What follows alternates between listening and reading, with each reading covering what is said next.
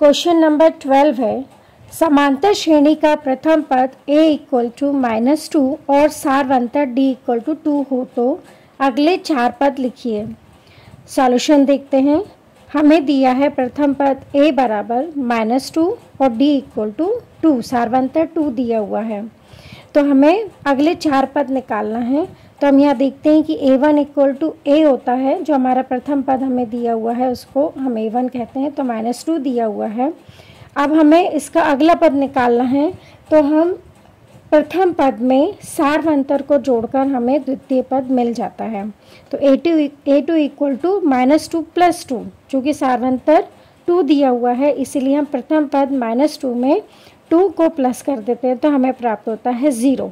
इस तरह हमें द्वितीय पद प्राप्त हुआ 0। अब हमें तृतीय पद मतलब a3 निकालना है, तो हम a3 को प्राप्त करने के लिए जो हमारा द्वितीय पद है उसमें सारवंतर को प्लस कर देते हैं, तो 0 + 2 = 2। इसी तरह a4 इक्वल टू होगा, जो तृतीय पद है उसमें हम सारवंतर को प्लस कर देते हैं, तो a3 है 2, तो सारवंतर 2 को प्लस कर देंगे तो हमें प्राप्त होगा 4। अब हमें निकालना है पांचवा पद a5 इक्वल टू, अब a4 जो हमें दिया हुआ है निकला हुआ है हमारा a4 मतलब चतुर्थ पद 4 है, तो 4 में हम फिर सारवंतर +2 कर देंगे तो हमें प्राप्त होता है 6। अब इस प्रकार हमें अगले 4 पद प्राप्त हो जाते हैं 0, 2, 4 और 6। क्वेश्चन नंबर 12 का अथवा देखते हैं। 5 के प्रथम 10 गुणजों का योग ज्ञात कीजिए। सॉल्यूशन देखते हैं। 5 के गुणज होते हैं 5, 10, 15, 20 टू इन्फिनिटी। हम यहाँ देखते हैं कि a इक्वल टू 5 प्रथम पद 5 है, d सारवंतर निकालते हैं, द्वितीय पद में से प्रथम पद को माइनस कर देते हैं तो हमें प्राप्त होता है d इक्वल टू 10 - 5 = 5।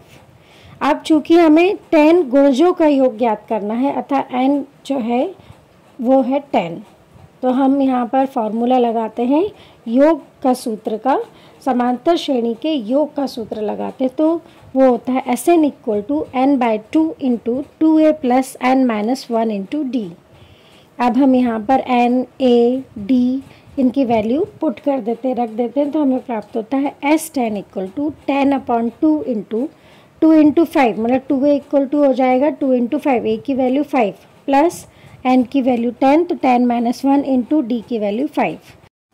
अब हम 10 में 2 से डिवाइड करते हैं तो हमें प्राप्त होता है 5। इस तरह हमें प्राप्त हुआ S10 इक्वल टू 5 × और 2 × 5 होता है 10, 10 प्लस 10 - 1 = 9 और 9 × 5 हमें प्राप्त हुआ। तो अब हमें प्राप्त होता है S10 equal to 5 × 10 + 9 × 5। 9 × 5 equal to होता है 45 और 10 + 45 होता है 55, तो S10 इक्वल टू 5 × 55 और 55 में हम 5 से मल्टीप्लाई करते हैं तो हमें प्राप्त होता है S10 इक्वल टू 275। इस तरह हमें S10 की वैल्यू मिलती है 275। सेकेंड मेथड देखते हैं। 5 के प्रथम 10 गुणज हैं 5, 10, 15 टू 50। यहाँ पर हम अंतिम पद 50 ले लेते हैं क्योंकि हमें 5 के प्रथम 10 गुणजों का योग निकालना है।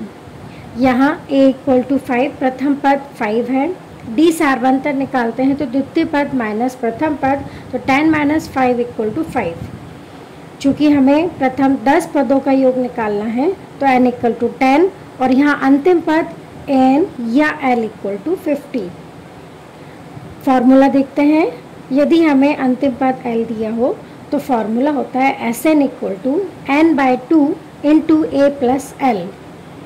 S10 इक्वल टू हम वैल्यू पुट करते हैं n, a और l की, तो हमें प्राप्त होता है S10 इक्वल टू 10/2 × 5 + 50 और 10 में हम डिवाइड करते हैं 2 से तो हमें प्राप्त होता है 5। तो इस तरह हमें प्राप्त हुआ S10 इक्वल टू, और 5 + 50 होता है 55, तो हमें प्राप्त हुआ S10 इक्वल टू 5 × 55 और 5 का हम यदि मल्टीप्लाई करते हैं 55 में तो हमें प्राप्त होता है S10 इक्वल टू 275।